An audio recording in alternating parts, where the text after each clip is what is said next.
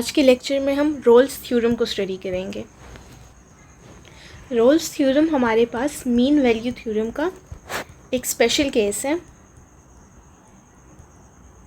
और ये काफ़ी सिंपल भी है, इसलिए हम इससे पहले स्टडी करते हैं। देन इसकी जनरलाइजेशन है हमारे पास मीन वैल्यू थ्योरम, देन हम इसको स्टडी करते हैं। तो पहले हम रोल्स थ्योरम को देख लेते हैं। तो अगर हमारे पास कोई भी एक ऐसा ग्राफ है जिसमें हमारे पास एक कर्व है जो कि हमारे पास पॉइंट ए से पॉइंट बी तक जा रहा है, बट इसकी स्टार्टिंग और एंडिंग हाइट हमारे पास सेम है। मतलब कि जहाँ से हमारा कर्व स्टार्ट हो रहा था उसी हाइट पर हमारे पास कर्व एंड होगा। बीच में वो कहीं भी जा सकते हैं, ऊपर जा सकते हैं या नीचे जा सकते हैं, बट स्टार्टिंग पॉइंट हमारे पास सेम होगा, एंडिंग पॉइंट के इक्वल होगा। Now according to Rolle's theorem हमारे पास इस कर्व में कोई एक ऐसा पॉइंट एटलीस्ट ज़रूर होगा जहाँ पर हमारे पास टेंजेंट हमारा हॉरिजॉन्टल होगा। सो इन अदर वर्ड्स, जब हमारे पास टेंजेंट हॉरिजॉन्टल होता है तब हमारे पास स्लोप ऑफ टेंजेंट ज़ीरो के इक्वल होती है।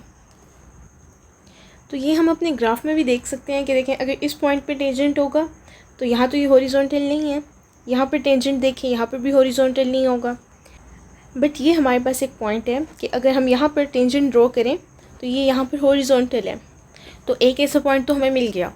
But according to Rolle's theorem अगर कोई भी हमारे पास ऐसे फंक्शन का ग्राफ है जो सेम हाइट पर हमारे पास स्टार्ट और एंड हो रहे हैं, देन उसमें हमारे पास लाजमी एक ऐसा पॉइंट होगा जहाँ पर हमारी स्लोप ज़ीरो होगी टेंजेंट की। मतलब कि स्लोप हमने देखा था हम कैसे निकालते हैं, वो हम अपने डेरिवेटिव से निकालते हैं। मतलब कि हमारा डेरिवेटिव ज़ीरो के इक्वल होगा और हमारी जो सी स्लोप है कह लें वो ज़ीरो के इक्वल होगी, because derivative is also equal to the slope of the tangent. अब हम इसकी फॉर्मल स्टेटमेंट देख लेते हैं। इसकी क्या स्टेटमेंट है हमारे पास रोल्स थ्योरम की। Let f be a function, कि कोई भी आपके पास फंक्शन है उसे आप एफ से डिनोट कीजिए on the interval a b. मतलब कि ए हमारे पास इंक्लूडेड है। जब हम स्क्वायर ब्रैकेट्स यूज़ करते हैं इसका मतलब है हमारे पास इंटरवल क्लोज्ड है, मतलब कि ए भी इंक्लूडेड है और बी भी इंक्लूडेड है इंटरवल में।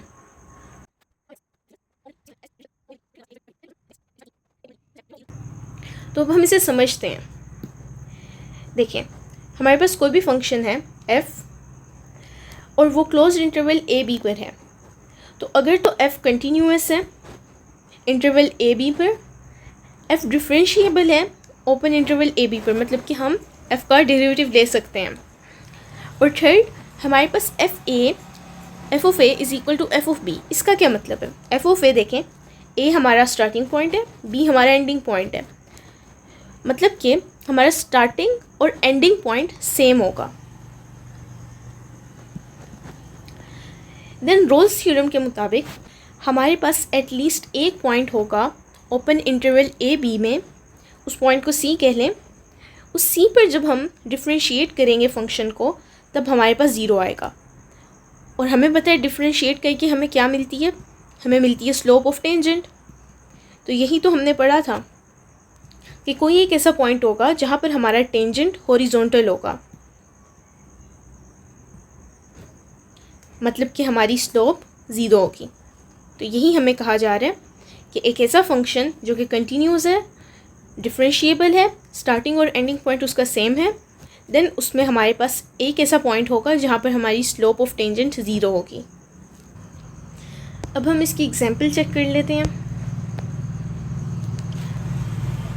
फॉर एग्जांपल हमारे पास है f of x is equal to x square minus one.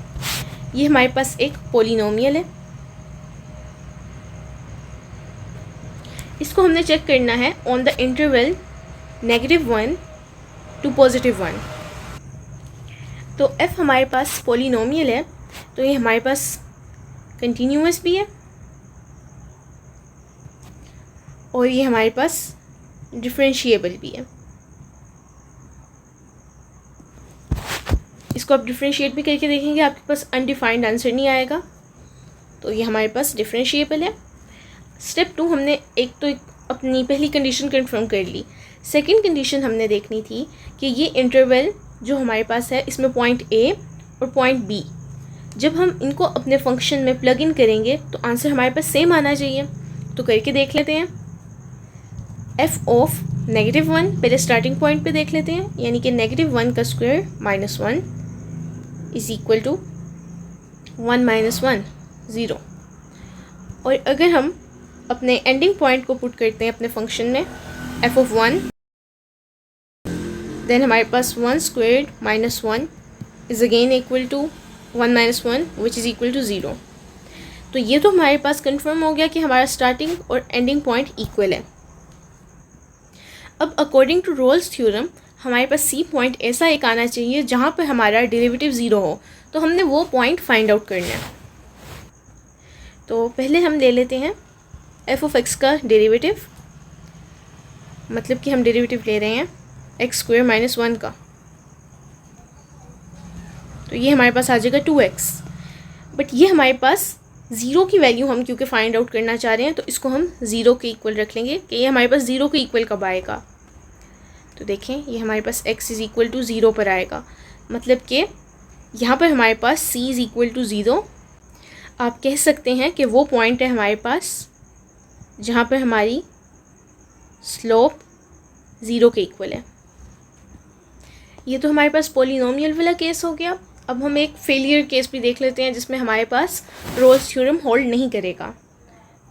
For example हमारे पास f of x is equal to absolute value of x on interval -1 to 1। तो देखें ये हमारे पास कंटिन्यूस तो है इस इंटरवल पे, बिकॉज देखें x की एब्सोल्यूट वैल्यू फॉर -1 हमारे पास 1 होगी और f की हमारे पास x की एब्सोल्यूट वैल्यू फॉर 1 भी हमारे पास 1 ही होगी। तो अगर आप इसे ड्रॉ करें तो आप इसको कंटिन्यूसली ग्राफ पर ड्रॉ कर सकते हैं।